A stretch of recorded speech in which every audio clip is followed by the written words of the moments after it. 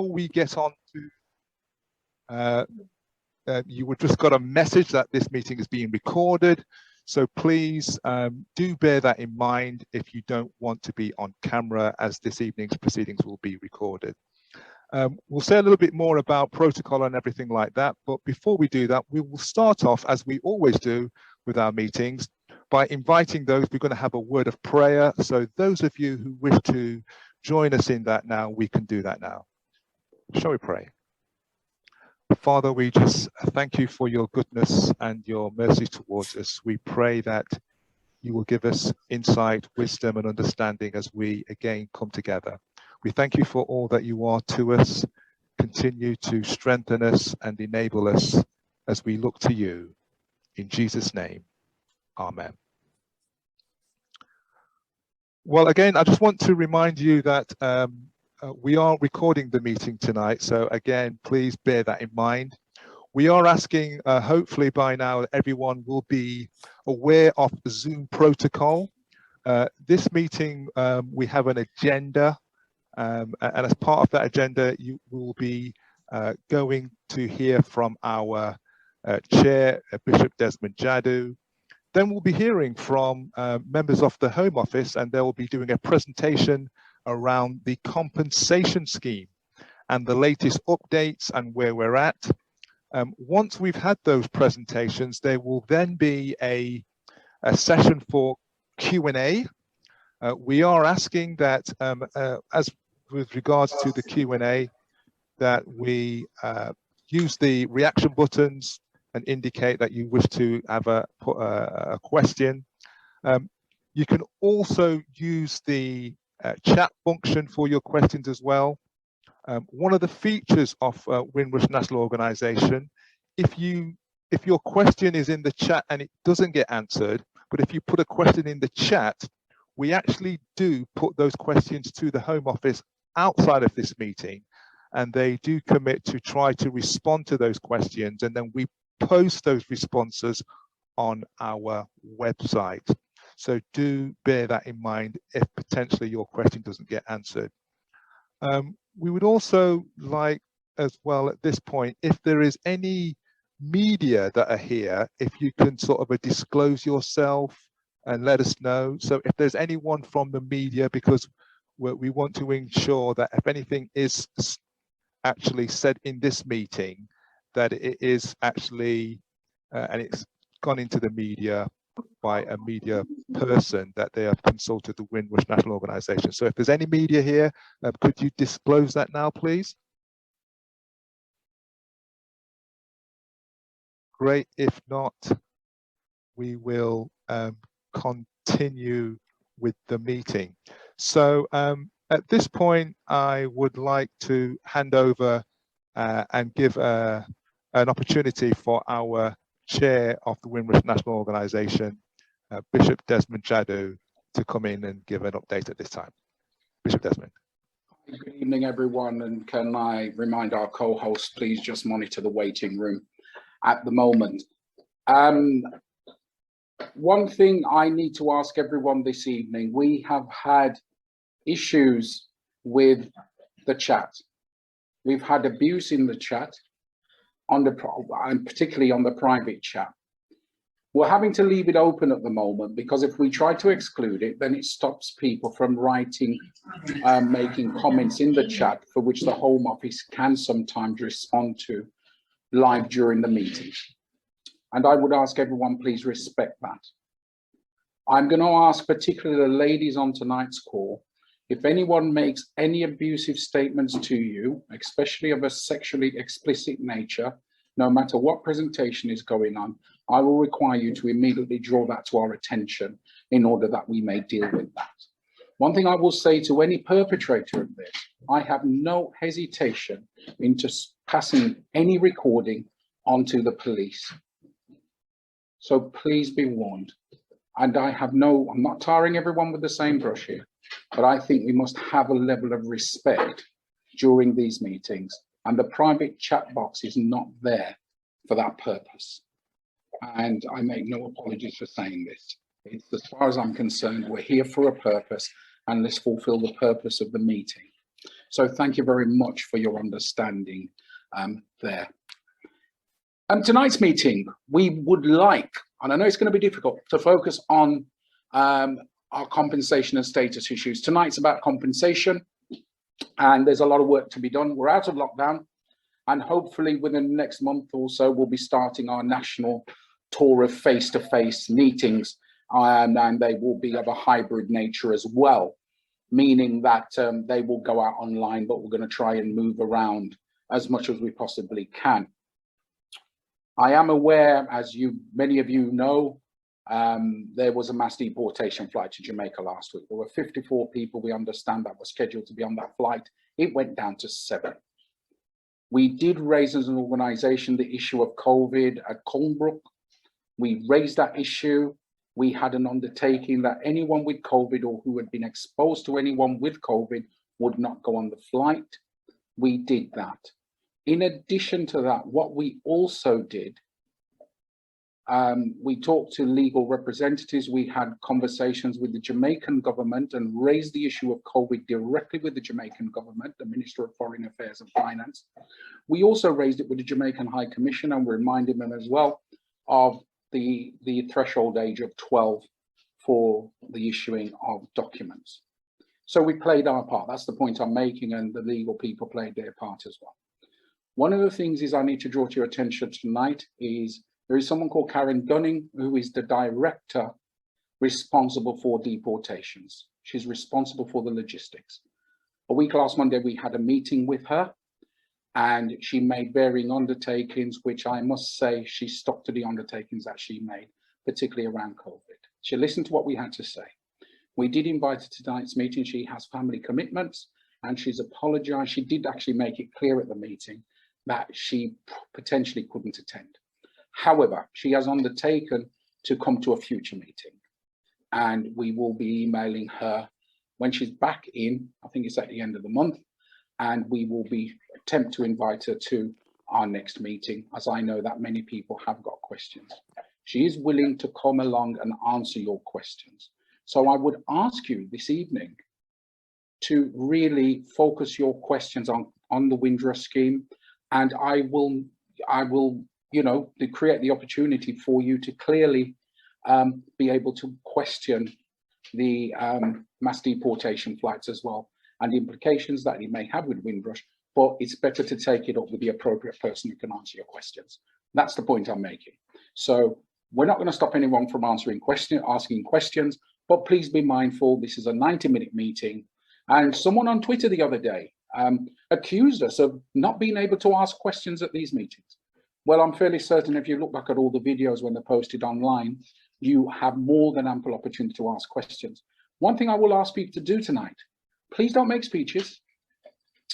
Ask your questions as quickly as you can and be as succinct as you can. For the simple reason, you get more questions in and you get more answers. And if the Home Office aren't able to answer, as Reverend Clive has said, we will capture all of that, and we will then ensure that we get the answers and post them on our website. I know there's a couple of errors on our website at the moment. We're just ironing out those glitches. So I'm going to leave it there this evening because it's important that the Home Office do their presentation, which I think I've allocated about 20 minutes for that this evening, or maybe just a touch longer, because we want to allocate at least 50 minutes for questions to ensure that you have the opportunity to ask questions. So thank you very much for joining us this evening, and I'm going to pass you back to Reverend Clive. Oh, one other thing this evening. Sorry, Clive. Tom Gregg at the moment is unable, I think he's going to be away from his office for 6 weeks, dealing with something else. So in the meantime, we're joined by Gabby Monk, who is a better looking version of Tom Gregg, I hasten to add. So Reverend Clive, over to you, and thank you. Thank you very much, Bishop Desmond. So we're now going to go into the presentation from our Home Office colleagues with regards to the Windrush compensation. So at this point, I'd like to actually hand over to Gabby Monk. If you could perhaps actually introduce your role and then who you need to hand over to. So welcome, and over to you, Gabby.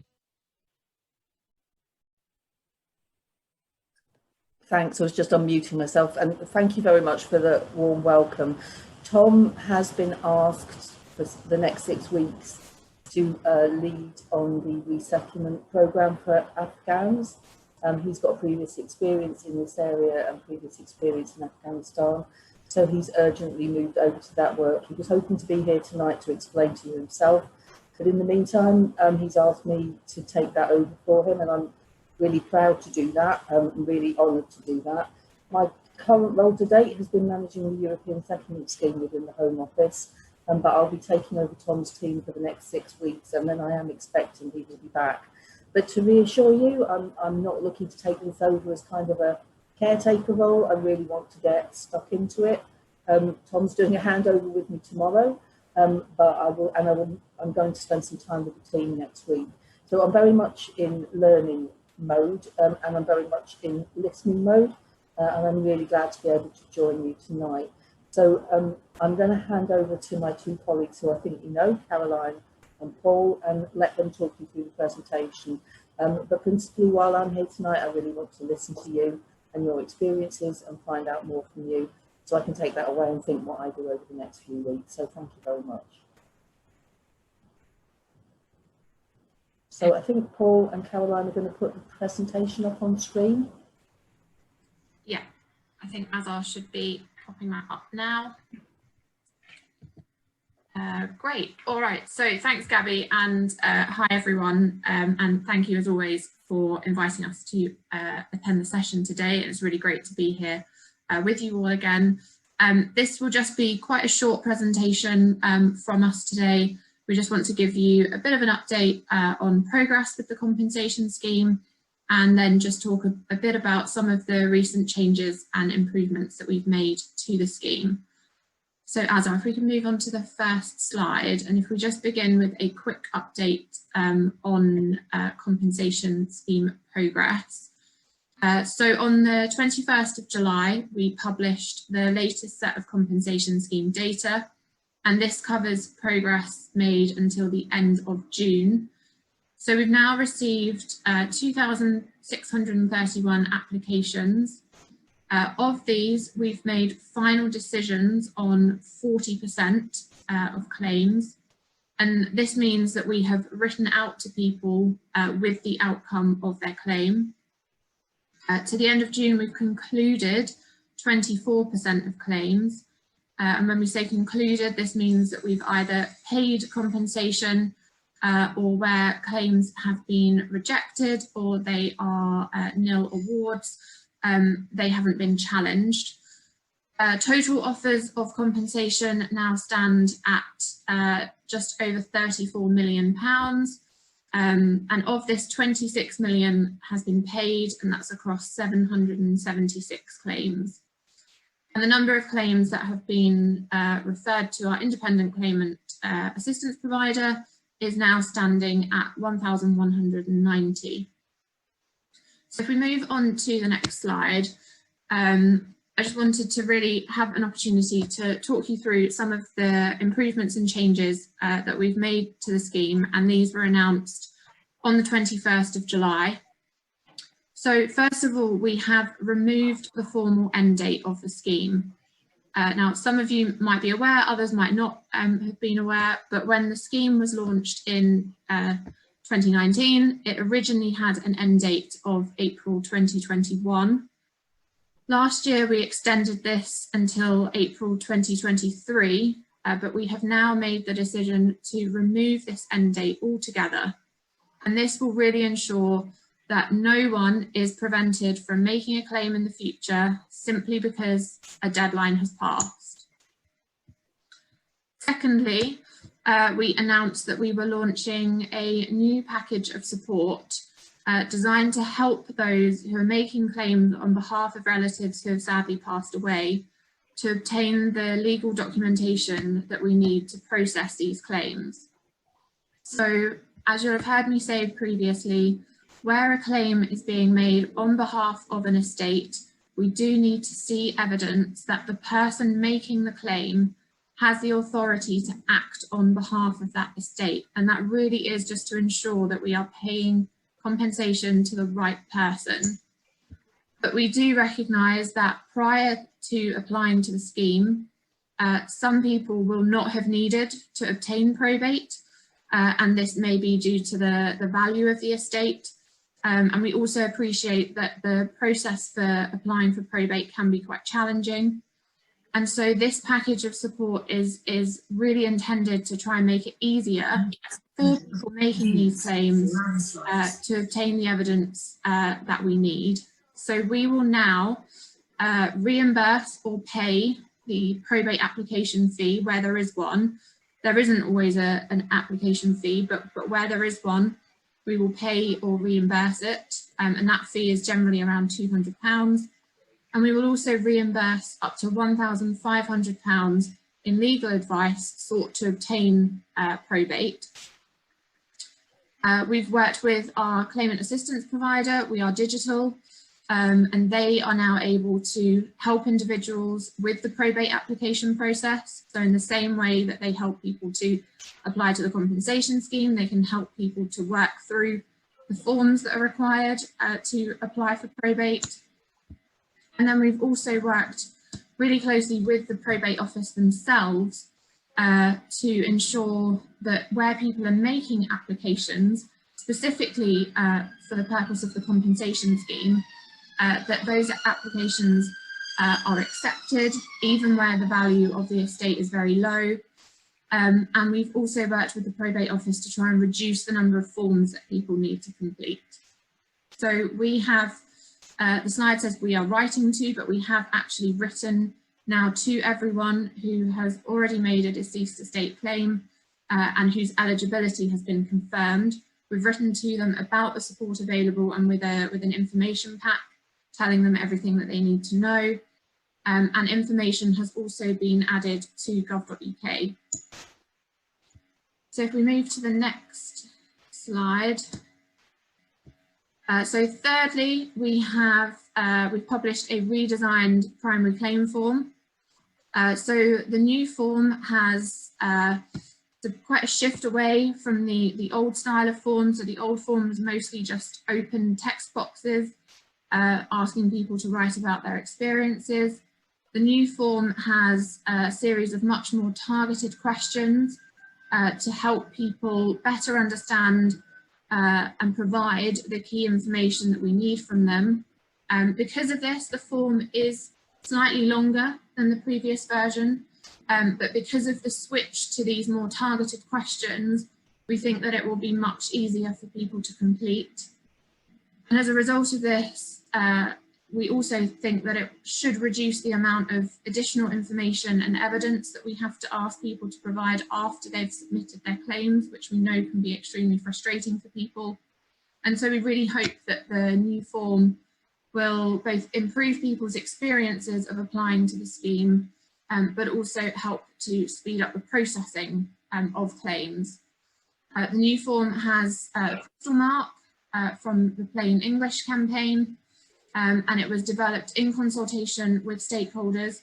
And I'd really like to take this opportunity actually to say thank you to those on the line who were involved with this.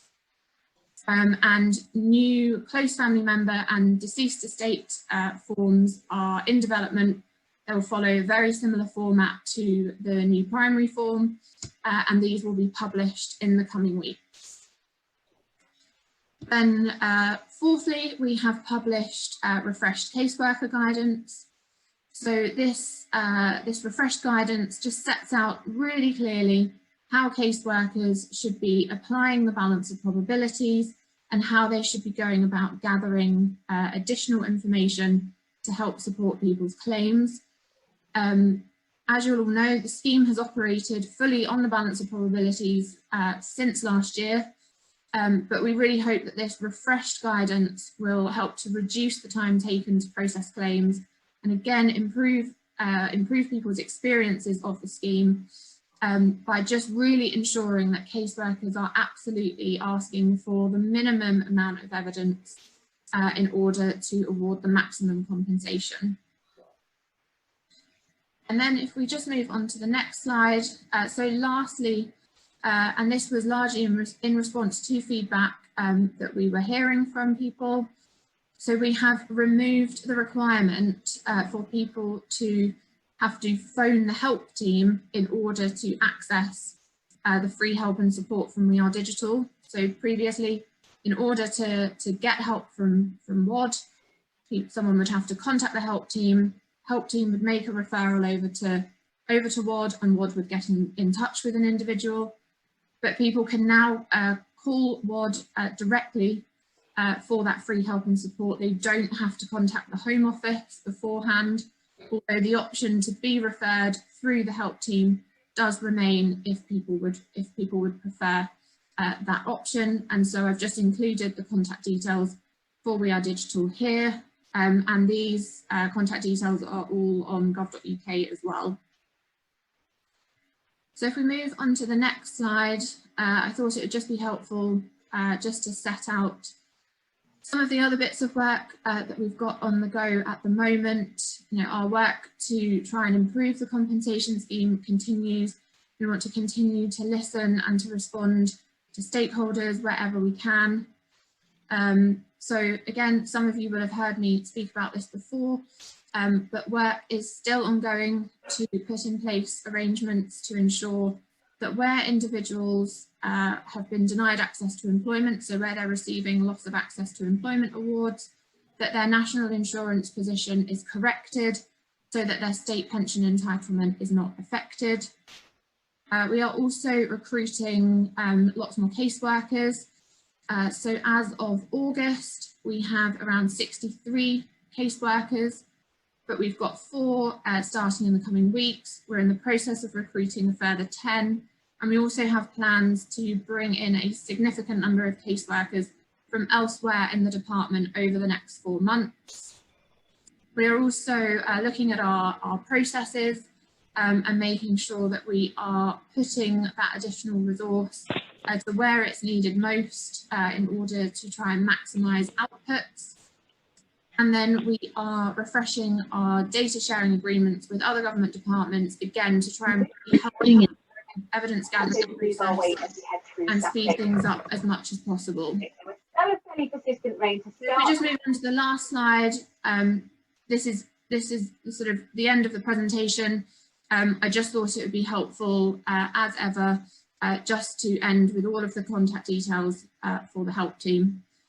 So that's all from us. Just a very quick update in terms of progress over the last few weeks and months, and we're very happy to take questions.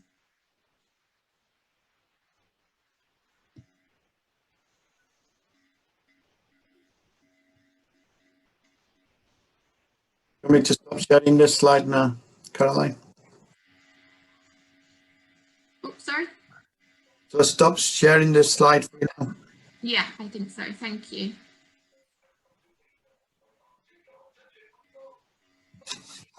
Thank you very much, Caroline, for that presentation. And just to say to our colleagues that these slides will be made available on the Windrush National Organisation website. They were sent to us just a little bit earlier before this meeting. And so they will be there hopefully within 7 days, and you'll have the opportunity to look at those slides as well. Okay, so we're going to go into, so just to be clear, I just want to be clear with the Home Office, that is the end of the presentation. No one else is going to be presenting. Okay, great. Well, this leaves us the remainder of our time to get some questions in. Let's just be using the hand up function if you're struggling with that, and then you've got your screen on, and if you want to wave to me, I'll try and get to you. I really want to come to people who perhaps are new, who perhaps haven't spoken before, so do forgive me if some of my regular colleagues already got your hand up and I don't come to you right away, but we'll get to you. But some of the new voices and new faces, we really want to get going. So I'm going to get going, and as Bishop Desmond mentioned earlier, let's please, if we can, get quickly to our questions. I'm going 2 by 2. I'm going to start off with Christine Rose, and then I'm going to bring in Colleen Sterling. Christine, if you could unmute and give your question. Yes, I'd just like to know from Carol.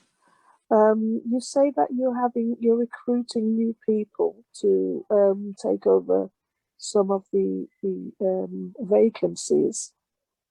Where are you recruiting them from, and what are their experiences? And if you're recruiting them from among the Home Office, isn't there going to be some bias anyway? Because they were the ones that caused the problem in the first place. Perhaps if I start, and then Paul might want to jump in, because these will be caseworkers going into his team. But so first of all, some of these are replacing vacancies, but some of these are new staff. So we're making the team bigger. In terms of where people are coming from, as far as I'm aware, but Paul can jump in. So some of the caseworkers are being moved from elsewhere in the Home Office.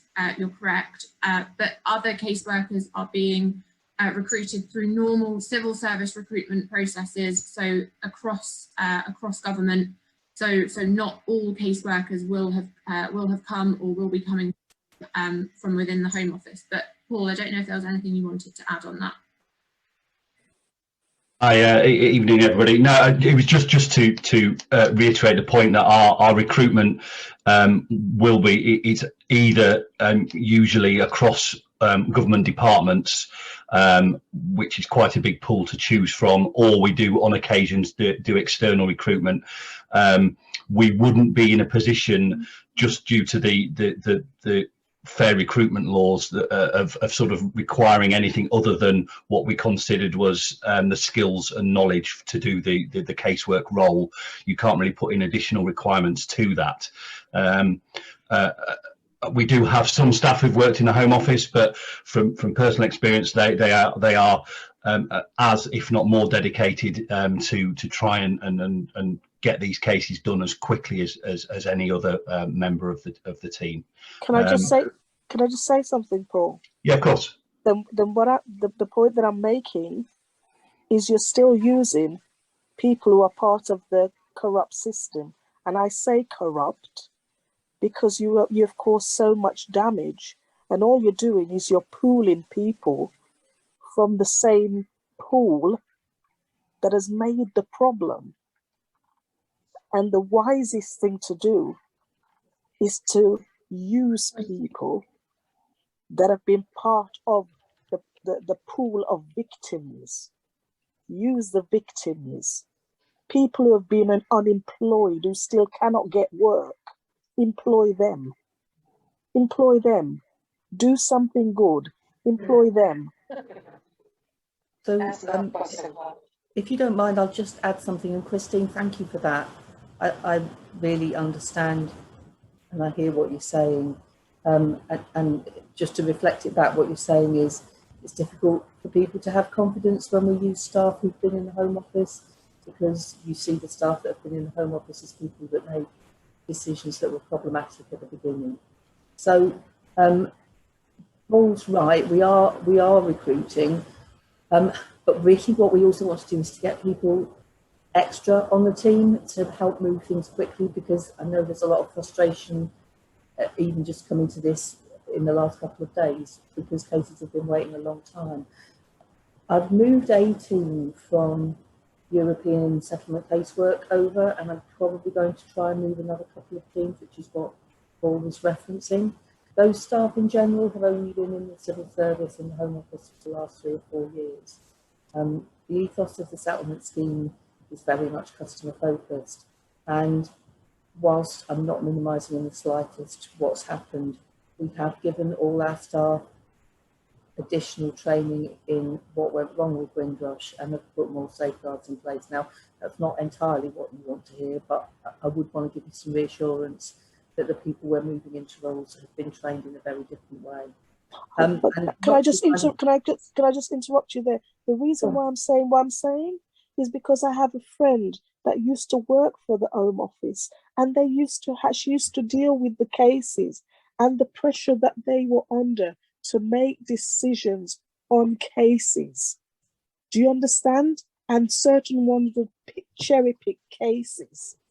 Do you understand? And what I'm saying is, right now you're in a situation where you have to find people to take on roles, and you're picking people from certain departments to now deal with the mess that has been created. And I'm saying to you, look at the faces of people on screen right now on Zoom that you guys have made unemployed. And you're saying about, we're going to look at your national insurance, details so that your pensions won't be affected. Look at the faces of these people and employ them to deal with the mess. Don't shift people around from offices that you've already corrupted. Look at the people that are the victims and ask them if they would like to be employed to fix the mess. Ask any one of them and see anyone is unemployed and ask them if they'd want to work for the Home Office and see how many would take up the offer. And let's see if some of them could provide a solution to the mess. Because you're shifting around people that are part of the problem anyway, because they've already been trained and how to cock things up. So let's look at the people who've been victims and see if they have a solution. The problem is still going to be the same 100 years from now if you continue to shift people around or to bring new people in, because the victims are there. And all you're going to do is try to save money. And I'm just saying to you, look at the people in front of you and ask them, can we ask, is anybody willing to work for us? Thanks, Christine. I think you've very strongly made your point. I think, I don't know if anyone, the Home Office wants to respond. I know Gabby was in the throes of doing something, saying something there. Is there anything further you want to respond to the call out there? I think the only other thing I'd add is we are trying to do a lot more in our recruitment in terms of working with community representatives. And I think our profile of people joining us is a healthy one. And we're also trying to do more in terms of progressing people through the grades to make sure our staff is representative of the community we work with. It's not quick, it's actually a bit frustrating. But those points you make, Christine, about having a workforce that represent and reflect the people we serve is a really important one. We are working on it, and I would understand that you don't think we're doing that quick enough, but we are trying. Thank you. I'm going to bring in Colleen.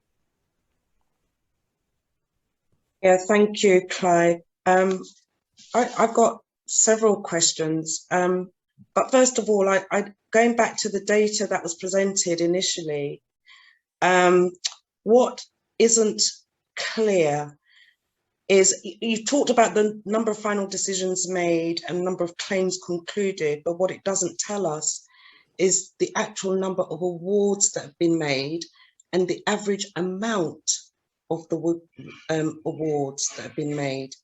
Because it seems to me that even though the Home Office is talking about, as Christine quite rightly raised, that national insurance contributions are going to be scrutinised to ensure that state pensions are not impacted, I'd like to know whether or not the awards has taken account of lost earnings.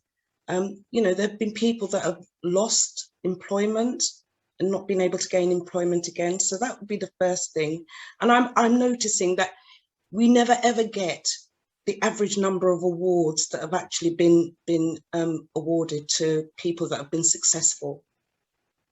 And in relation to the probate question, I do get it that obviously some people may have passed away at a time when their estates would not have met the probate threshold. And I understand that the probate threshold is probably about 5K. That's the beginning of the threshold. Surely, without having to go through another process, HMRC would be in a position to actually alert those people that are entitled to probate claims. Why are we going through another process? That's just a question. It just seems like we're putting in unnecessary processes when there are shortcuts already available. And just one more question around what Christine was saying about the caseworkers. Okay, so for speed, let's just look at speed. We want to get these cases dealt with as quickly as possible and in a fair manner. Have the caseworker, we also know that the Home Office has a deficit in terms of historical knowledge about, you know, what happened to people in the Caribbean and the UK's role in that around slavery, and then asking people from the Caribbean to come back to the UK to deliver.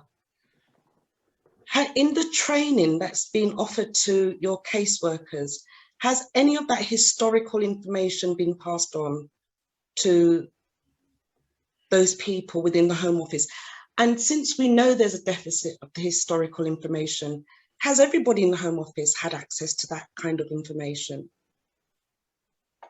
That's Thank all you. I want to say. Thank you, Colleen. So Thanks, Clive. questions around the average amount of payment, awards, the question about the probate process, and sharing historical cultural information to the staff. Can I answer? Hello, hello everybody. Sorry about the delay. I was caught away in another private matter. But can I answer the question about historical information and knowledge being passed on?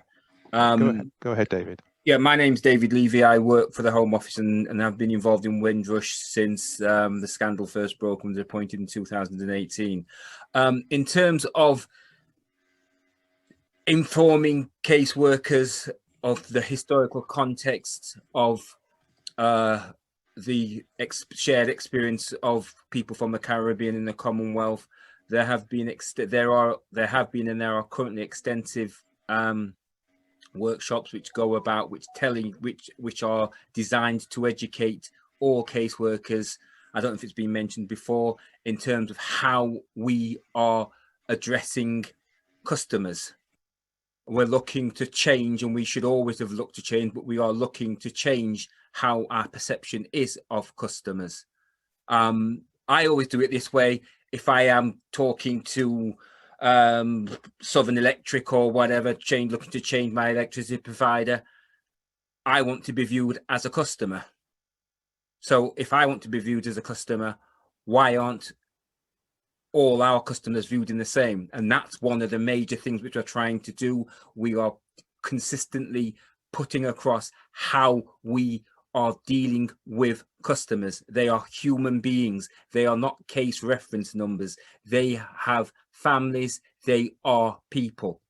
So in that respect, the knowledge, the changing culture is an ongoing process. Don't get me wrong. We've got a long way to go. We've got a lot to do. And I wouldn't be saying this if I didn't generally think we've still got a lot to do. But we are trying to make changes, and those changes will be slow, but they are happening. And just to reference a question which was asked earlier about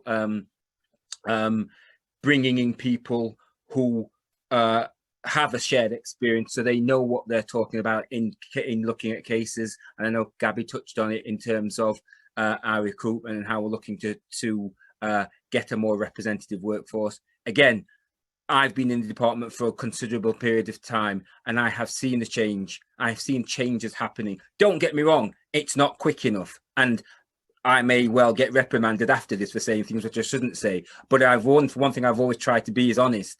And I think we should be doing more. And I think it's not just bringing people in, it's getting people at the senior levels who can affect change, to affect change in culture, to affect change in policy. But it is happening. It may be a slow process, but it is happening. And I would not be saying this unless I generally thought this. So that's just my take on it. So thank you for that. Thank you. Probate process and average awards. Yeah, sure. Thanks, Clive. So if I start with number of awards and average payments. So I don't have an exact average payment number to hand. I can get hold of that for you, and we can provide that afterwards. However, what I do have just in front of me, and this should be publicly available because this was a response to a recent FOI request. But in terms of a breakdown, in terms of the number of awards that have been made at different sort of bands of amounts of compensation. So, for example, we have offered 16 payments that range between 120 and 140,000 pounds. We've made 17 payments at 100,000 to 120,000, 19 at 90 to 100,000. So all of that information, again, we can provide it to the group afterwards, but I think it should be publicly available. So that hopefully gives you a bit of a sense of the scale of some of the payments that are being made under the scheme. And also, I think there was a question, Colleen, I think you asked about employment awards and we are compensating for loss of access to employment. We absolutely are. So if someone was previously earning £20,000 a year and spent 5 years unable to work, we will award compensation that's 5 times £20,000. So we are absolutely making compensation payments for loss of access to employment. That's one of the category heads. If I then just go on to the probate process, so absolutely there is a threshold in terms of, normally the probate office set in terms of to deal with the estate that someone has left behind. There is a threshold that is set in terms of when someone would need to obtain either a grant of representation if there was a will, or a letters of administration if there wasn't a will. But that threshold, we've worked, whilst that threshold exists in terms of normally dealing with the estate that has been left behind, clearly for the purposes of the compensation scheme, we do need to make sure that we are paying the right person, that we are following intestacy law correctly, and that we are making payments to the right person. But that is why we've worked with the probate office to make sure that they will accept claims, so they will accept applications for probate where the value is below their usual threshold. So that's why we've worked with the probate office. That's why we're encouraging people to put in these, put their probate applications in via us, because we can help with that. But the probate office are now specifically geared up to and know that they will be receiving applications for probate that fall below that usual threshold. Okay, thank you very much. I'm going to covered everything, but if I haven't, please shout. Yeah, okay, thank you very much. I'm going to bring in Charlotte and Alexandra. So Charlotte, please, if you could come on and give your question. Oh, hi. My question is, if someone got into debt when they were unable to work, and they could show all the evidence of this, would they be compensated the debt? So I think it's difficult to comment on a slightly hypothetical situation, but clearly if someone spent time out of work, they would receive compensation for loss of access to employment. We'd then have to look at what debt was accrued and what the format was and how that occurred and how that was balanced with the award we were making for loss of access to employment. But I think quite difficult to explain fully without having a real sort of scenario, I'm afraid. Oh, my dad got the hardship fund, and when he got his final award, you actually took the money back, and the hardship fund was to pay off the debt. So you took the money back. So it makes me think that maybe you don't compensate for the debt. So if by I mean, again, I don't really want to get into the details of your father's situation, because that's not really appropriate given this is a public forum. But I assume if you're talking about the hardship fund, are you talking about the vulnerable person? The urgent and exceptional payment. Yes. Yeah. Office, yeah.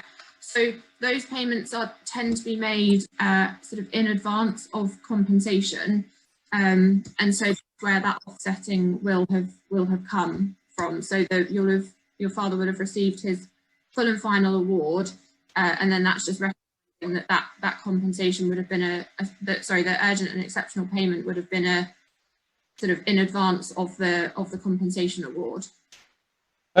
Caroline, can I just come in here? I think you're right to say you don't want to be specific on a case, but can I just ask a more general question? Would there be a situation would you expect there to be a situation whereby if a payment was made and an exceptional payment was made, that the Home Office would take back that exceptional payment in any circumstances? So I don't believe we would unless compensation is being awarded and then the urgent and exceptional payment is being offset against the final compensation award. But if compensation isn't being paid out, then I'm not aware that we would then look to take that money back at all. That's absolutely not the process as far as I'm aware. Okay, thank you. And again, perhaps Charlotte, if there's anything in terms of more of a personal thing, Windrush National Organisation is here to support. I don't know if the Home Office wants to make anything else on that particular case. If not, I'll bring in Alexandra. Yeah, hello, thank you. Just two really quick questions. And one was briefly asked in the chat earlier by Julia, I believe.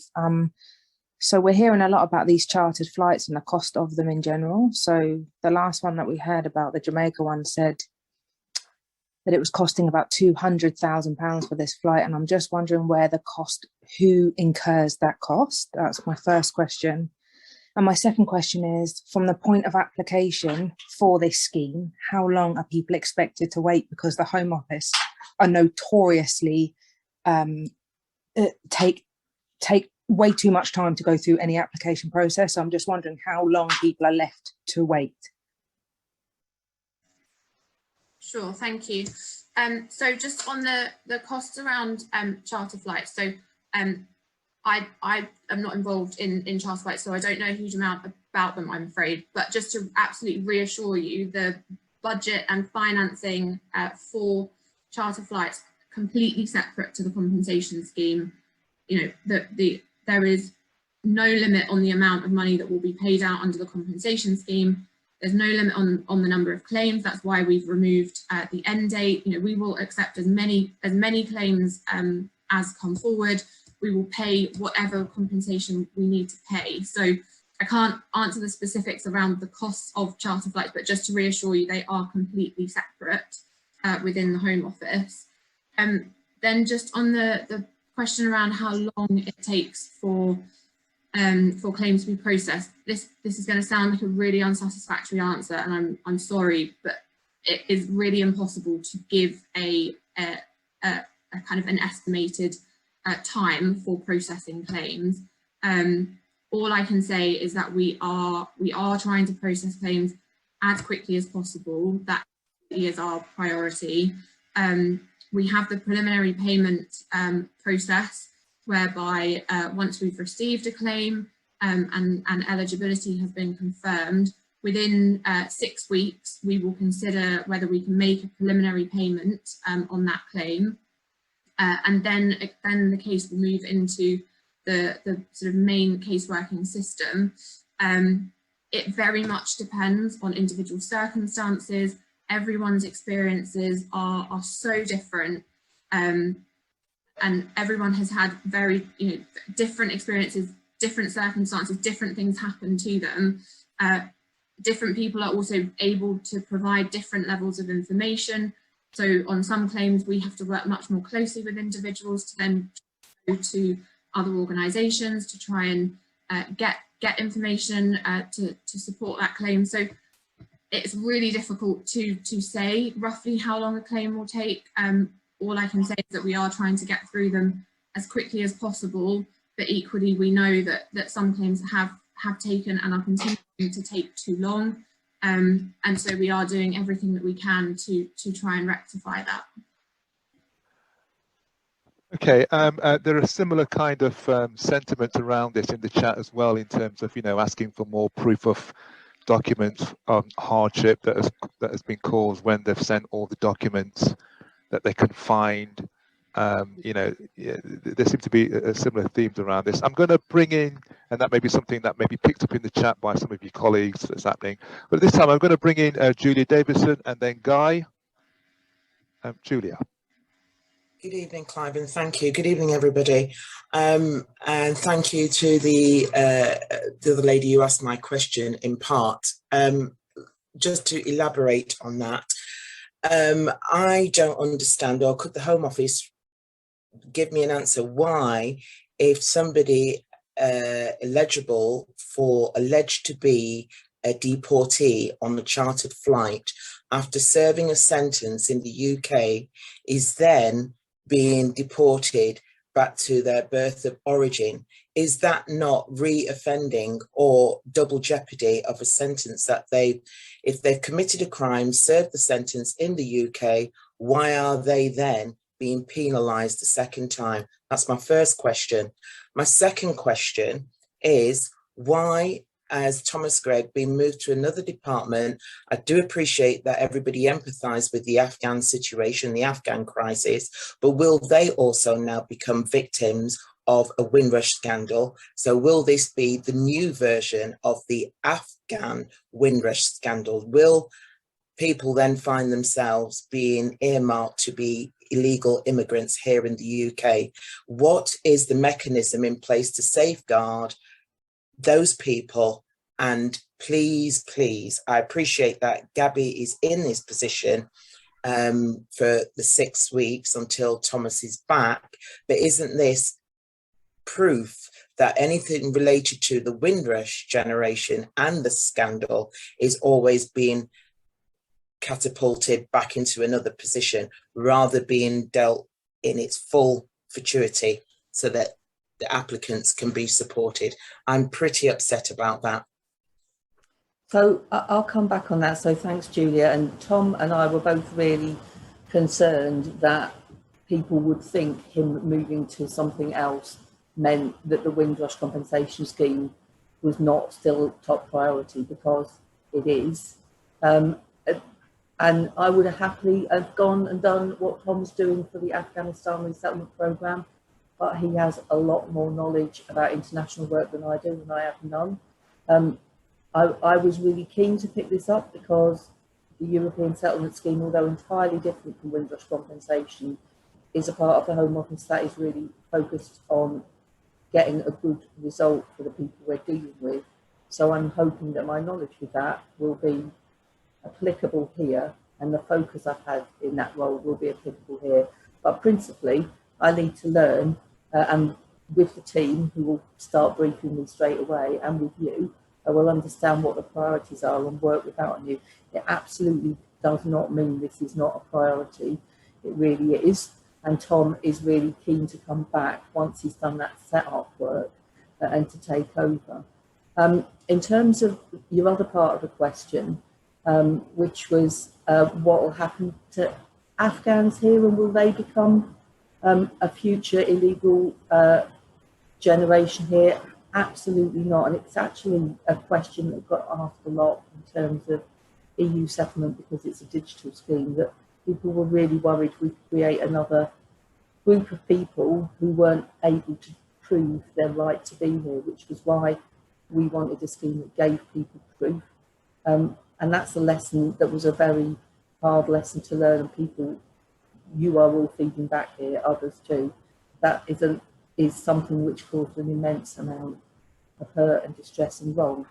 We are now trying to put those things right, and we're really determined never to make those mistakes again. But the proof of that will be you seeing what we do, and I'll do my very best to convince you on that. Appreciate your response back. Oh, sorry. There was a question about deportation that Julia mentioned. I know obviously you may not be able to answer that, but she did ask that question about the kind of a almost double jeopardy situation, as it were. Yeah, I mean, I think it's a really fair question, and it's one that gets asked quite a lot. My answer on that is, that is a point of government policy, and it's not something we as civil servants have got an influence over. It's a decision that is made in terms of immigration policy, and the point is often made that it is a double punishment, but it's not an internal operation decision, it's a political decision.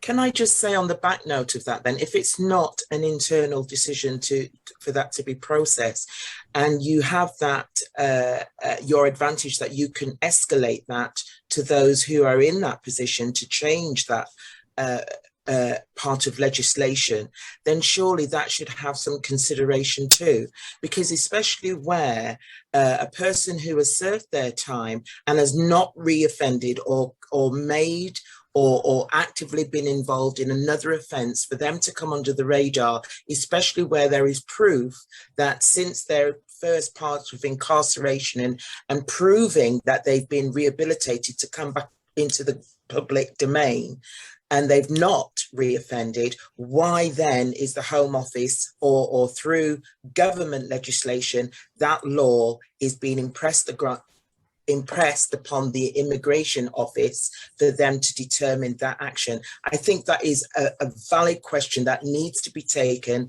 to the greater area and have it exposed thoroughly. And I think that's a question that should be put to the MPs. Definitely, it's a point you would need to make through MPs to the government, because it would be a point of political principle to change. Thank you. Thank you, and hopefully we'll pick that up, Julia, as part of our intended engagement with the enforcement colleagues from the Home Office. In a future meeting, we can get into that as well.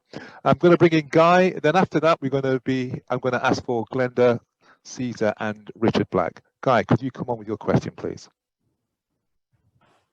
Yeah, the question I'd like to put to Caroline. Caroline, I've sat in several of these meetings, and the Home Office is very quick to announce the financial payout. This evening, you've mentioned 26 million, and correct me if I'm wrong, 26 million to some 700 and odd individual victims. The Home Office is always very vague, and it's been mentioned in previous questions, very vague on details of the payout. I've just worked out 26 million for 700 and odd victims is roughly about 37K average. My question to you is, can you give a breakdown as to the highest payout that's been made to an individual? Because this is where people sitting in this meeting will recognize whether the payout for individuals, bearing in mind the several categories under which they can claim, I would say that it would amount to thousands of pounds, if not millions. So I'm asking you, can you give me a breakdown, or in future, give a more detailed breakdown of the payouts, please, so that people listening in can know whether the payments are justified? Because I'm sitting here thinking, and by the way, I'm not a direct victim, but I think every Black person, especially from the Caribbean, whether they are directly affected or not, are victims. If it happens to one, it happens to all of us. So can you in future let us know the breakdown of these payouts? Because I think individuals, what they've suffered, a 37,000 payout or a 50,000 pound payout doesn't come anywhere close to compensation. And reflect on when slavery was abolished, the millions that was paid out to slave owners. Thank you, Guy. Thank you, Guy. So yeah, absolutely. So I will, as I said, I will make sure that we share when we come back on any of the questions that we haven't answered tonight. I will make sure that I share that table that we provided quite recently as part of an FOI response that gives a breakdown of the number of claims that have been offered or paid at different bandings of compensation amounts. Just a couple of things I would say. So the 26 million to 770 claims, some of those payments will be preliminary payments. So some of those claims, of the 776, some of those won't be full and final awards. Some will be preliminary payments, so just the 10,000, whilst the rest of their claim is still being processed. So it doesn't directly follow that if you divide 26 by 776 that you get the average award. Just again, looking at the table that I have in front of me, I can see that we have made payments of over £250,000. So they do range, they do go up to, you know, those quite significant figures. But I hear the request, and we will make sure that we publish that and make that available for you. Thank you, and we look forward to receiving that. I'm going to invite Glenda Caesar to come on after now. Yeah, hi, thank you, Clive, and my question is directed to the team, whoever wants to answer it from the Home Office in regards to the compensation. I just wanted to say something before I start, and I've noticed David said about customers. We don't class ourselves as customers because we didn't purchase anything from the Home Office. We're victims, and we will remain victims because we were put in a position where we wasn't meant to be in that position. So just to clarify that.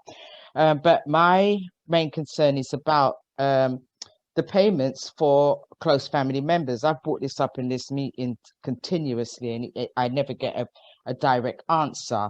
But close family members are still being offered only £20,000. And some who had to support primary claimants and have evidence to prove that they had to support the primary claimants are not being offered or even acknowledged, even though they have the proof of the money that they've had to spend to keep the primary claimant alive, let's say it that way. Because if they didn't have the close family member to support them, they would have most probably dead, not able to even, would be homeless or not able to eat. But what we're finding is that close family members are not being reimbursed for any cost. So that's one of my questions to you. I would like a straight answer, because normally it's gone everywhere else instead of dealing with it. You said with the 7 million, like Guy had turned around and said, does that include close family members? Because I know 20 cases have all been offered £20,000, which we know on the first tariff was the equivalent to, what level was that? Was it 1,000? 1,000, yeah, £1,000, and now that's what they're being offered. And before Priti Patel had brought in the new tariff, it was you were able to get 40,000, or that level, as a close family member. So can you please explain to me? Let's just deal with the close family members and the payments, and how do they have to prove that they supported someone? What does the department need in order for them to get reimbursed? Thanks, Glenda. So a few things. Just to reassure you, close family members, there's no sort of limit. It's not a kind of a standard. All close family members are only getting £20,000. There's no sort of process in place whereby that stops and compensation can't go higher. I know that you've raised this a couple of times, and I feel like I keep saying to you, it's difficult for me to comment without knowing the individual circumstances. So I don't know if perhaps you might want to let me know some of the individual claims that you're talking about, and then I can perhaps try and have a closer look. Because Caroline, I'd like you to, because there is close family members on this forum right now. So if you just give, like, I've given you this scenario. If a close family member is supporting a primary claimant and they come forth with all the direct evidence, will they be reimbursed with the cost, what they use to support this primary claimant? Let's do that. We're not going into individual cases, because I notice that's always the case.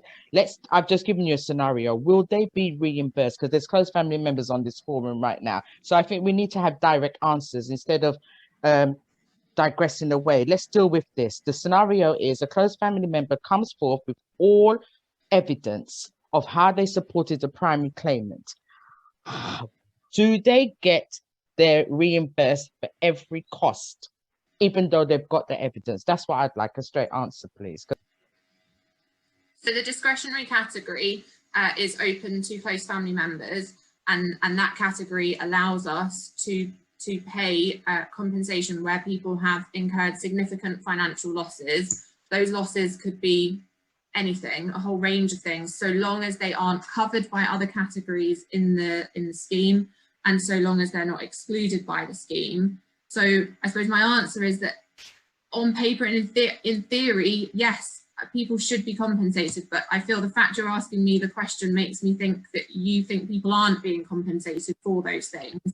And definitely, so that's caseworkers are making that decision. They're making that decision.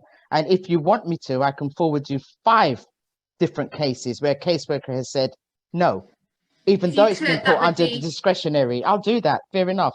Under discretionary, and where they have said no, it doesn't fall with any. So I can forward that to you if you really want that. And then perhaps at the next meeting, you better give an answer so that the close family members who will be on the forum have a clearer understanding, because I know that it's been experienced. I definitely know that. And I know it's not happening. So I'll send you the 5 cases, and then perhaps at the next meeting, you can give close family members on the forum a clearer answer. Thank you. Sure. Thanks, Glenda. Let's do that. Thank you. Thank you for that, Glenda. And it's really important because I think, unfortunately, as we all know, unfortunately, close family members, the actual return of rewards is very low amongst the Home Office's kind of compensation requirements. And so I think anything that we can have to address that is really important, because unfortunately as well, what we do know with the compensation scheme is that still in the communities, people aren't aware that as a close family member, you can make a claim. And if we can't get this one over the line, that's not going to help even the people who are actually close family members and can still make a legitimate claim if we're not getting there still with the payments. So we look forward to sort of following up on those specifics. I'm going to bring in Richard, and then afterwards I'm going to ask for Garrick, and then I think Christine has probably raised her hand again. But Richard, your question, please. Thank you very much, Pastor Foster, for having me on again. I want to start by saying I'm extremely horrified that Tom Gregg is not here today. Mr. Gregg has led me down the proverbial garden path, right? I am challenging Mr. Gregg in terms of his honesty on this program here. We were told that there was a team working to bring me back to the UK to have me resettled. I find it very easy for the Home Office to deport people. But it took Tom Gregg 3 months to tell me, right, that he was having problems, right, in getting a partner visa for my wife. I've already identified that I will not be returning to the UK unless my wife, who's my primary caregiver, accompanies me. 3 months, and now he's gone on a Afghanistan jaunt. Now, let me explain something to you. I just received some bad news from my doctor. I only have a few months left. I'm being told that Mr. Gregg will not be here until October. That is nonsense. So who's going to take up my case? Will I ever get any form of justice from these people? I keep saying this, I keep saying that the Home Office is not the friend of Black people. Every time the Home Secretary, Priti Patel, sees a Black person, it's a trigger. It's another Idi Amin. And that's what's been happening to us. We keep being pushed back, right? Come October, I might be dead, like so many of my cohorts before me. How can that be just? How can that be right? I've been appearing on this program and other programs for the longest while, right?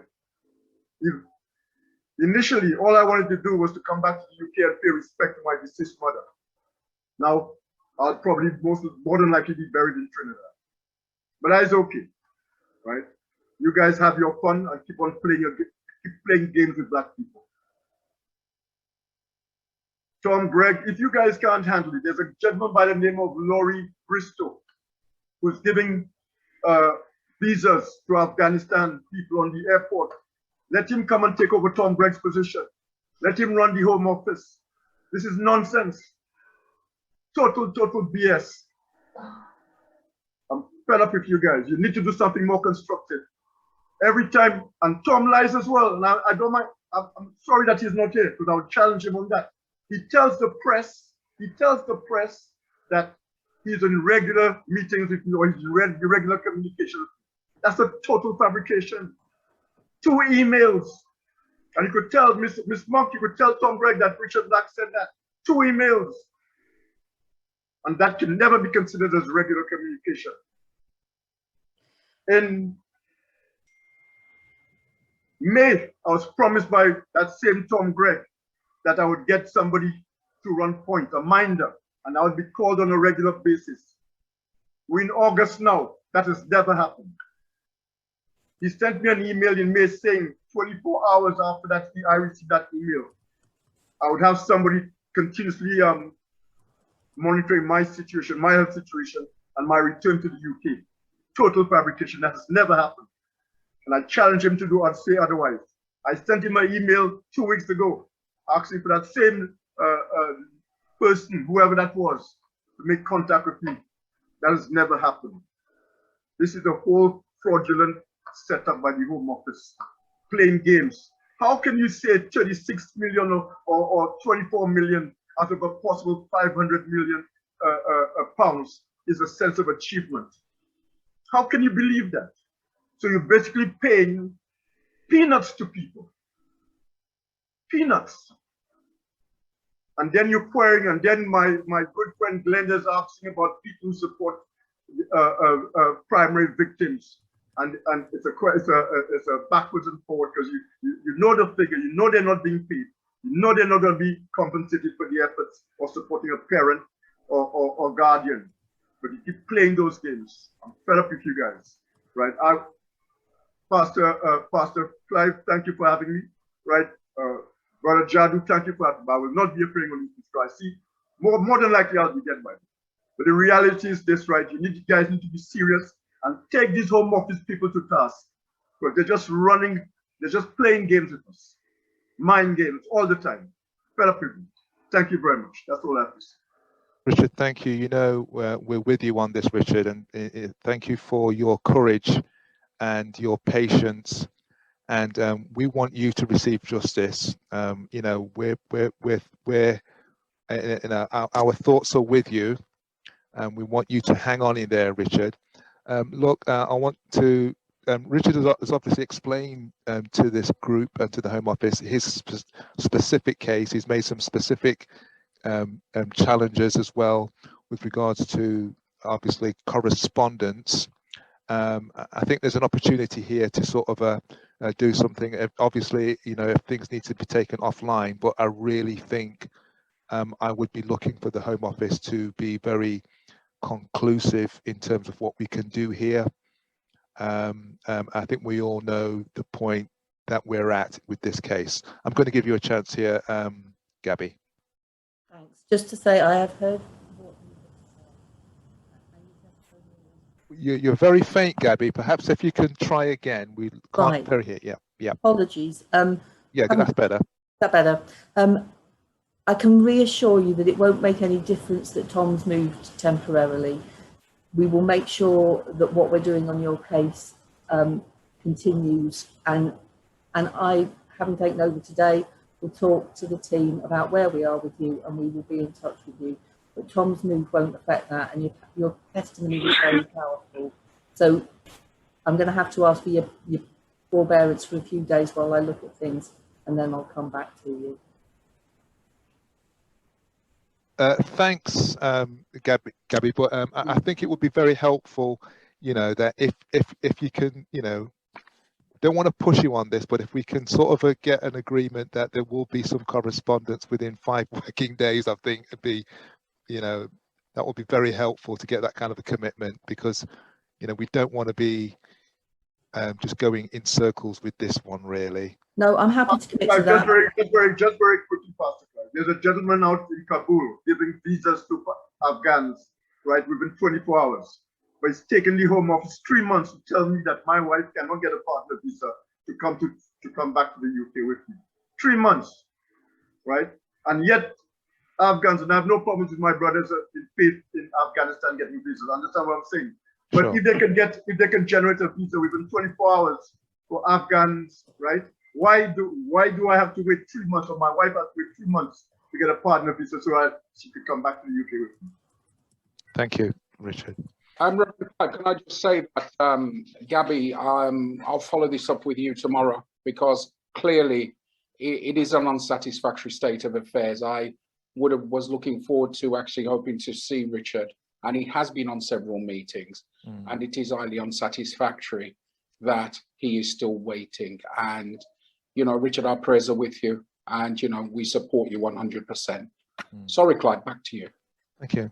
Gabby, I don't know if there was anything else you wanted to say. At this, Just I'm happy to pick up on that 5 days and give a commitment on that. Just give me a chance to get up to speed with the team on what's been happening and what the blockers are, and I will come back, even if it's with a holding response, to you and confirm what's happening and what needs to happen. Thank you. I'm going to bring in Garrick at this point, and then Christine. Yeah. And then, thanks very much, Clive. This is my first national meeting, and I can feel the pain of our brother Richard as he spoke about his own situation, and you know, it's not pleasant to actually listen to that pain. So clearly, I'm with Richard.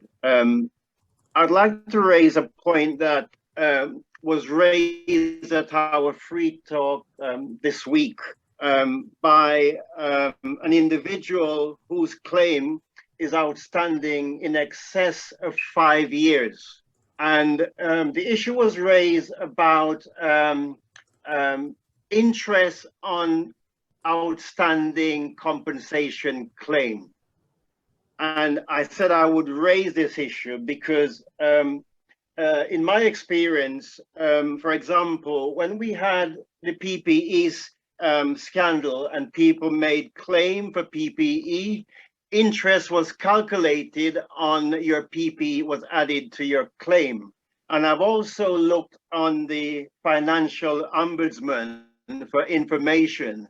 So can I ask a question, please, whether interest has been added and calculated to people's compensation?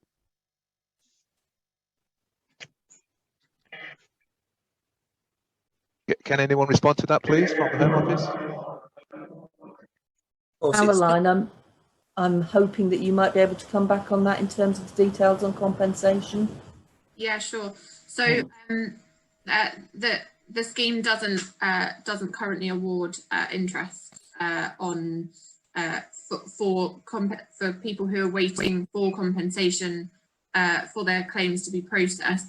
There is no mechanism whereby the final award that is offered gets interest added onto it. Clearly, if there is interest involved in aspects of what has been claimed for, then we would look at that as part of the claim. But in terms of actual, I've been waiting for X number of years for my claim to be processed, that there's no there is reason for interest to be added there. But I would just query it. I mean, if I query the claim that you're talking about, just in terms of the length of time, just because the scheme opened obviously only in 2019. So I'm just slightly confused about the suggestion that the claim's been outstanding for 5 years. So it'd just be good to maybe check what's happened there and with that particular claim. So if you're willing to... That particular claim has moved up the ladder, has gone to the next layer. I don't want to really discuss the individual claim.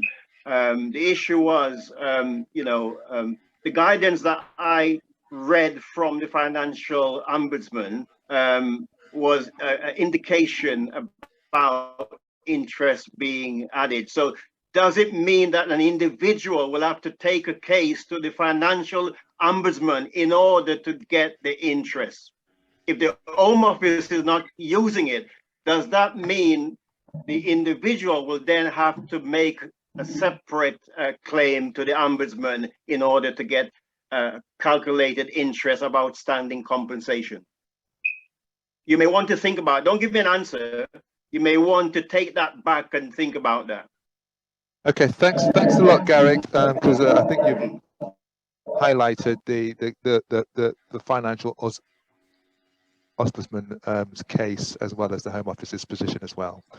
I'm going to bring in Christine and then Charlie. We're down to the last kind of a 4 minutes or so because Bishop Desmond is going to come in and give us a bit of a summary at the end. So Christine and then Charlie. It's a question for Gabby. Well, it's a thought for Gabby. Since being involved with this whole Windrush issue, it was to do with my mother, and it's the second time I'm speaking today, but I've never spoken before on this forum, and it's something that I'm asking you to do with regards to when speaking or coming into contact with any of the agents at the Home Office. And it's the disgraceful way that they do contact you when they do need to contact you. And I've had to literally secretly ask Glenda Caesar to listen in on a call. Now, my mother died and I had to cremate her because I couldn't afford to bury her. She was out in America. And the lady called me and asked me, she said to me, you're claiming for a casket. And I said yes. And she said, well, she needed evidence of the casket and how much was the casket. Now, all the evidence was sent in. Now, the woman didn't bother even to have my file on hand. Now she's telling me she hasn't got it. Now everything was sent in. All the evidence was sent in. Now you're already traumatized because I was the only one that was there and I had to make a decision to cremate my mother. And I had to record that conversation. I have recorded that woman. And because she left me so traumatized, I had to get Glenda Caesar on the phone, listening in. And then Glenda interjected in that conversation because the woman was like a pit bull. That's from your agency. Now, so Christine, is there a specific question you'd like to ask? Yeah. I'm just conscious of the time, please. Yeah. Thank you. And I know, yeah. Is that the way that they are trained when dealing with you, when you put in an application? I have the recording. And then my brother who had a stroke, again, I had to call Glenda Caesar to assist because they were calling my brother because my brother had a stroke. Because my mother was cremated, he had a stroke. And again, the way that he was spoke to, I had to ask Glenda to help. And it was because of Glenda why this woman had to then apologize. So I'm trying to ask about the training. What training are these people given? We have lost someone. They're just not names on a piece of paper. They are real people to us, just like that gentleman, Richard. He is a real person that we can see today, but he may not be there in a couple of months. He's not a name on a piece of paper. Thanks, Christine. So I'm asking yeah. the training. Okay, so let me just answer really quickly. So first of all, I'm really sorry to hear of the loss of your mother. Know that if you've had a bad experience, that is not how our people were trained. I think if you're prepared to share some of that information with us separately, I would want to look at that. So I'm sorry for the loss of your mum, and I'm sorry that you've had a bad experience, and I'd like to do more on that. So I'll say that quickly in the interest of time and go back to Clive because I know you want to bring someone else in. Thank you for that, Gabby. I'm going to bring in the last 2 points now, questions, keep it brief, and that will be Charlie and Jacqueline Burnett. Thank you. And then we'll go. Thanks, Clive. I'm actually putting up my hand up for Andrew. He's been missed for the last 40 minutes. I just want to make a small point before I bring in Andrew. We've highlighted Richard Black's case of urgency for quite some months now. Me personally, as a member of WNO, 5 days is way too generous. So someone from the Home Office, can you commit to contacting Richard Black tomorrow? Any member of the Home Office right now, commit to contacting Richard Black tomorrow.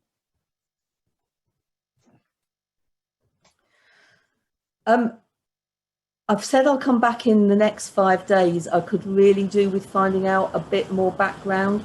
Unless Richard really wants me to contact tomorrow and isn't happy with the 5 days, I'd rather stick with that. But that's not saying I'm not going to do something, but I could just do with a bit of time getting up to speed with it. Tomorrow, if you cannot do it yourself, then another member of staff. We want a commitment now. Someone from the Home Office to contact Richard back tomorrow. Any one of you tomorrow. Right, Charlie, my only problem with that, I could ring him. I could ring Richard, but unfortunately, I would not be able to give any assurances, and that's the whole problem. That's what Gabby's trying to say. So I know of Richard's case, but I couldn't say, okay, I can ring Richard tomorrow. Richard's going to ask what's happening, and I'll be saying, well, we were all on a call yesterday, and Gabby is top of the shop. She's looking into that. I couldn't really do anything else about that. I'm not trying to be disruptive, or I'm not trying to be a blocker, but I just want to be. I want to manage expectations in the sense of what anybody else could do. I could do nothing else apart from make a call, and I don't want to further frustrate him. That's my issue. Can I just come in here? Can I just come in here as just a chair? I think we all know the level of urgency on this, and we don't want to just get back to Richard for get back's sake. We want quality, we want action, and if that means a little bit of time to do that, but I think we are going to be on this. WNO will be on this, as you know, Charlie, as you rightly have highlighted. So, and so we will be monitoring this, as it were. Charlie, you did mention about, was that the question for Andrew? Because I apologise, I didn't see Andrew, who's been overlooked at the moment. I didn't see his hand or anything, so I don't know who it is. Is there a question from Andrew? We will be making this a top priority for WNO. Absolutely. Sorry, was that the question from Andrew? No, Andrew's coming in right now. Can I just in here? This meeting is scheduled till 8:30. Yeah. I've already said to Gabby I will take this up with her tomorrow, and I'm actually in the process right now of sending Gabby an email in terms of Richard Black's case. So, and we will be monitoring the progress of Richard Black's case. Sure. So can we please move on? Go ahead, Andrew. Andrew? You are mute. Andrew, on You are mute, Andrew. There you go. Yeah, speak up. Go ahead, Andrew. Hi, can you hear me? Yes. Sorry, my earphones died at just the right moment.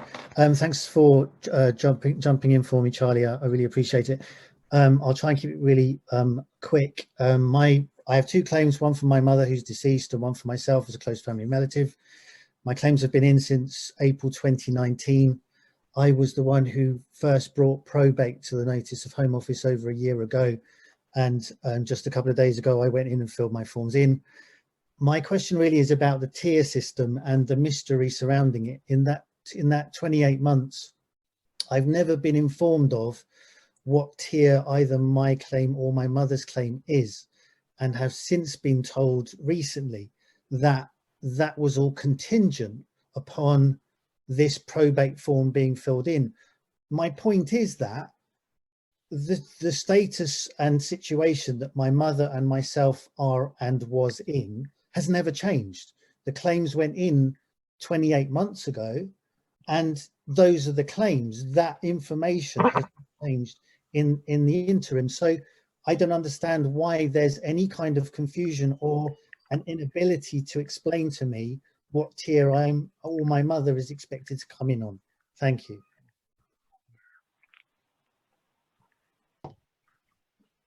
Hi, Andrew.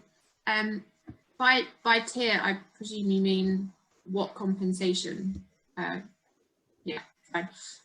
So unfortunately, yeah, in order to process your mother's claim, we need to have the evidence of probate in order to begin then looking in more detail at that claim.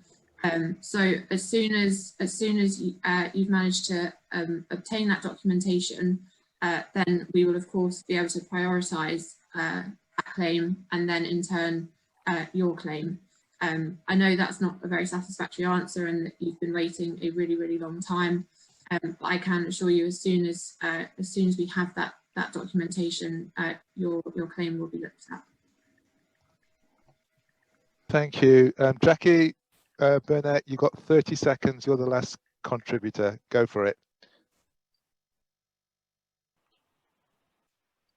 Sorry, my things are not responding. Yeah, so my question is, from the discussion, do you record all contacts with the public?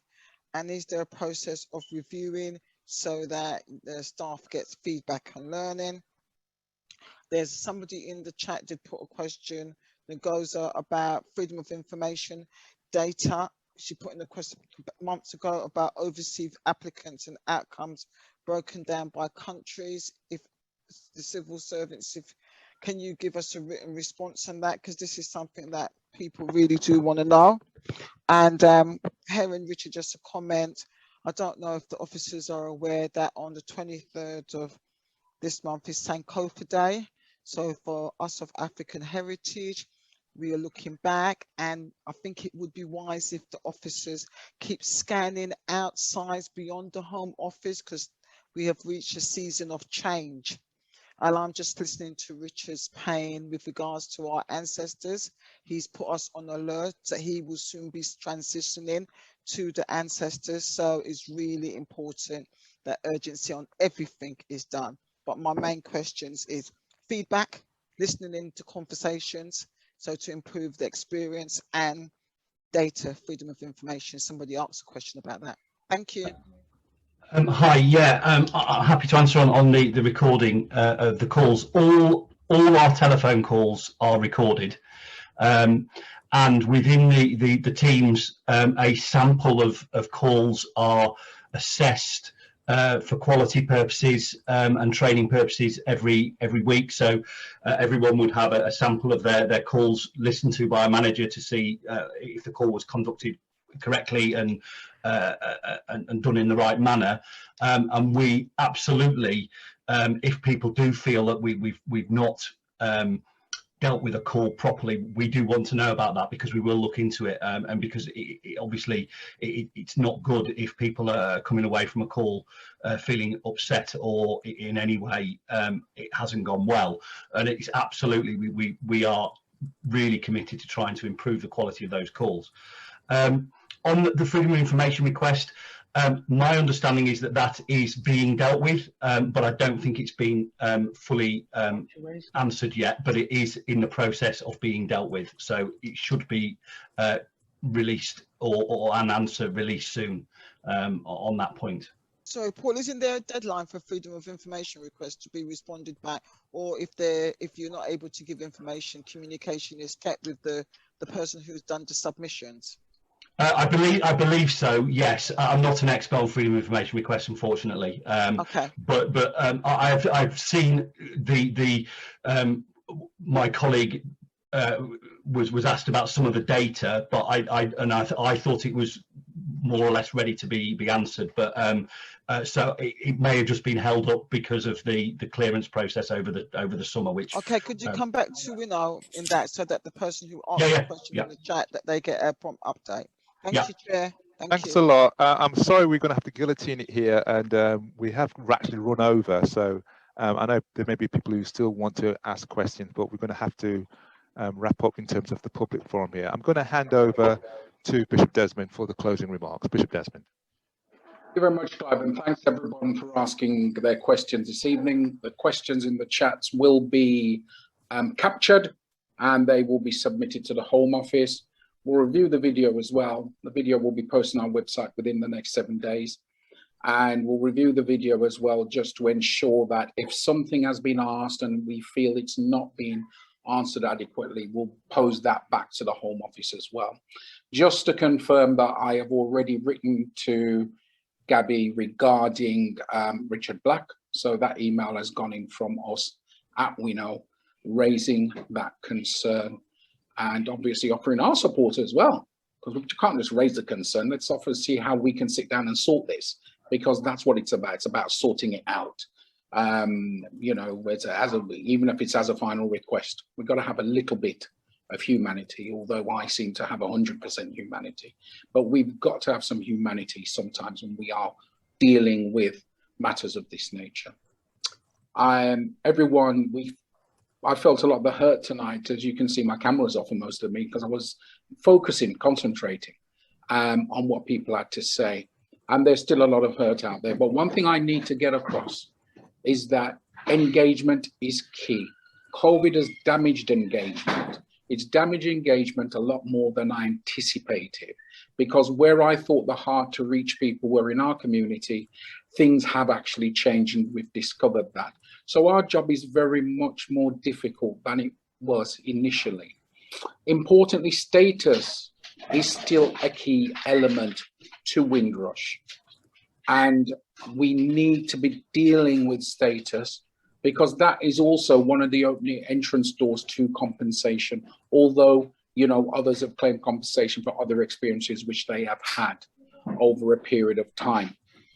One thing I will say as well, we can see that the compensation uptake is substantially lower than the actual number of people who have gone through status. And we're discovering that some people just can't take the pain of reliving their experiences in terms of putting in a compensation claim. I will tell you, I'm working on a compensation claim at the moment. It's case study number 1 in the Wendy Williams report, and I will share this with you. It's taken me 30 hours so far to extract the information, and I'm going to show you something here. These are the files which I've got on it.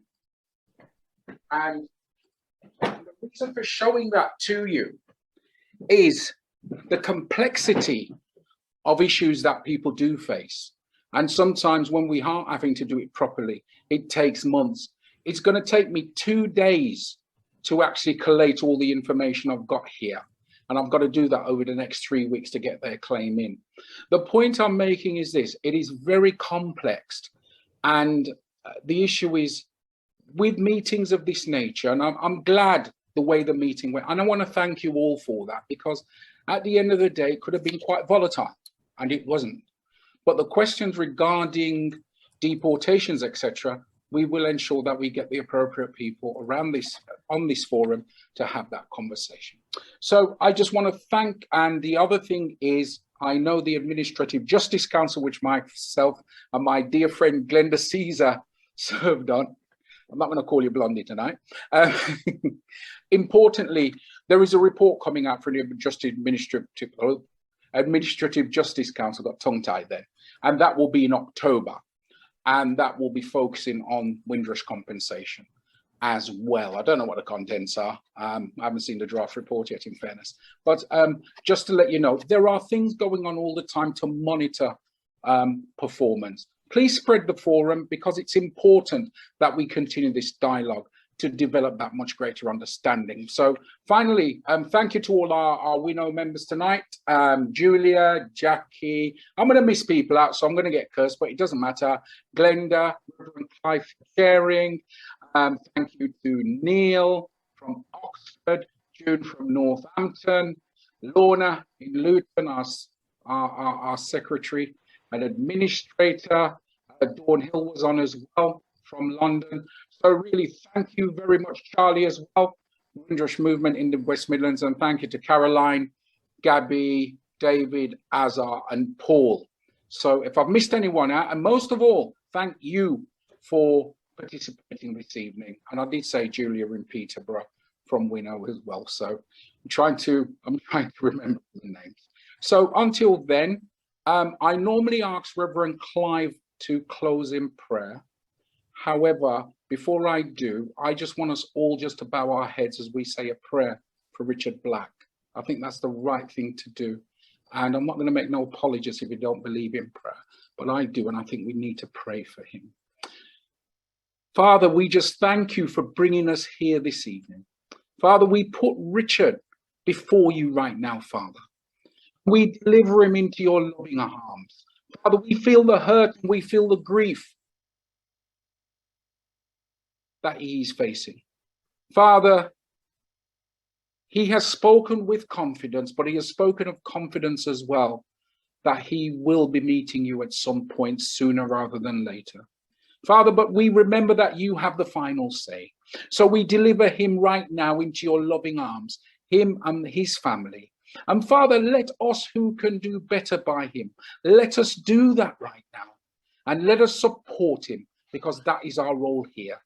Father, bless him now as we ask, as we just put him before you. And we deliver him into your loving arms in the name of the Father, in the name of the Son, in the name of the Holy Spirit. Amen. Thank you all for joining in there. Clive, over to you. Thank you, Bishop Desmond. So thank you everyone for your attendance tonight. And look, I think that prayer covers everything. And so I won't be praying again as such. I think that prayer covers everything. And I just want to end by saying, look, to the world, you may be one person, but to one person, you can be all the world. Be safe, look after yourselves, and hope to see you all again soon. Good night.